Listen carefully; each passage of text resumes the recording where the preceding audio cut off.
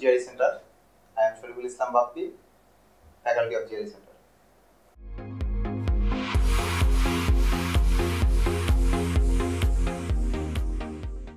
Higher স্টাডির দরকারি পরিভাষাগুলোর সাথে পরিচিতি। আমরা যখন হায়ার স্টাডি প্রসিডিউর করব তখন বিভিন্ন পরিভাষার সম্মুখীন হতে হবে আমাদের প্রতিনিয়ত। সে পরিভাষাগুলো অনেক সময় বিভ্রান্তির কারণ হয়ে দাঁড়াতে পারে, তাই আজকে এই আর্টিকেলটি পরিভাষাগুলোর সাথে পরিচিতি পর্ব হিসেবে গণ্য করা হচ্ছে। তো আমরা দেখিনি পরিভাষাগুলো কী কী। আমরা চলে গেলাম হায়ার স্টাডির দরকারি পরিভাষাগুলোর একসাথে দেখুন এই আর্টিকেলটাতে। ফার্স্টে দেখতে পাচ্ছেন আপনারা ETS বা এডুকেশনাল টেস্টিং সার্ভিস। সংস্থাটি 1947 সালে প্রতিষ্ঠিত হয় এবং আমরা জানি আমাদের GRE TOEFL education testing service এই সংস্থাটির অর্গানাইজেশনটির থ্রুতে আমরা পরীক্ষাগুলো দিব। দেন আমাদের GRE elaboration graduate record examination old GRE 2011 সালের অগাস্টের আগ পর্যন্ত যে GRE কন্ডাক্ট করা হতো সেটাকে ওল্ড GRE এবং পরবর্তীতে যে GRE কন্ডাক্ট করা হয় সেটাকে রিভার্স GRE হিসেবে আমরা সবাই জানি। দেন হচ্ছে নিউ GRE 2011 সালের পরে যে GRE সেটাই নিউ GRE র স্কোর। আপনি যখন GRE পরীক্ষায় অবতীর্ণ হবেন তখন যতগুলো প্রশ্নের সঠিক উত্তর দিবেন ততগুলো ডিরেক্ট যোগ করে যে স্কোর হবে সেটাকে আমরা বলবো র score.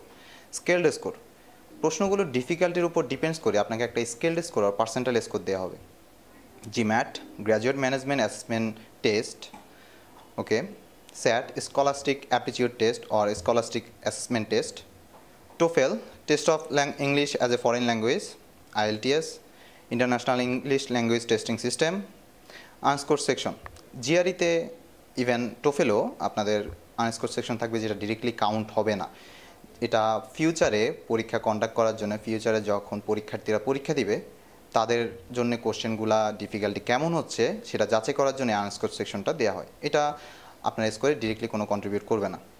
AAA or American alumni association carry on luggage. আপনি যখন বিমানে চড়বেন তখন আপনার সাথে যে ব্যাগ থাকবে আপনার হাতে সেটাকে ক্যারি অন লাগেজ বলা হয়। অ্যান্ড চেকড ইন লাগেজ যেটা আপনার সাথে থাকবে না, বরং এই ধরনের লাগেজ আপনি বিমানের লাগেজ রাখার স্থানে দিয়ে দিতে হবে।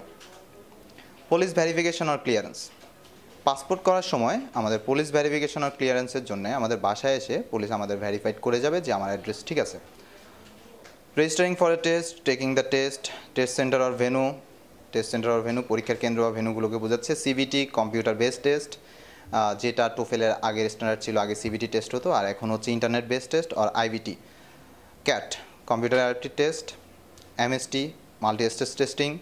অফিসিয়াল স্টাডি ম্যাটেরিয়ালস ETS কর্তৃক নির্ধারিত যে স্টাডি ম্যাটেরিয়ালসগুলো সেগুলোকে আমরা বলবো অফিসিয়াল স্টাডি ম্যাটেরিয়ালস। আর আনঅফিসিয়াল স্টাডি ম্যাটেরিয়ালস ETS-এর বাইরে আমরা GRE অর টোফেল প্রিপারেশনের জন্য যে ম্যাটেরিয়ালসগুলো ইউজ করব সেগুলোকে আনঅফিসিয়াল স্টাডি ম্যাটেরিয়ালস হিসেবে বলা হয়ে থাকে।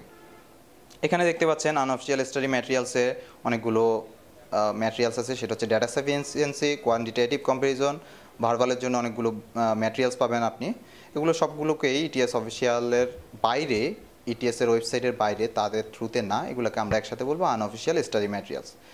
সো আশা করি আপনারা এছাড়াও এখানে আরও অনেক সেভিস ফি, টিচিং অ্যাসিস্ট্যান্টশিপ, TA, RA এগুলো আপনারা জানতে পারবেন। সো আশা করি আপনারা যদি আর্টিকেলটি পড়েন তাহলে GRE related, even higher study related যত পরিভাষা আছে সব কিছু সম্পর্কে আপনারা একটা সাময়িক আর প্রাথমিক ধারণা পেয়ে যাবেন।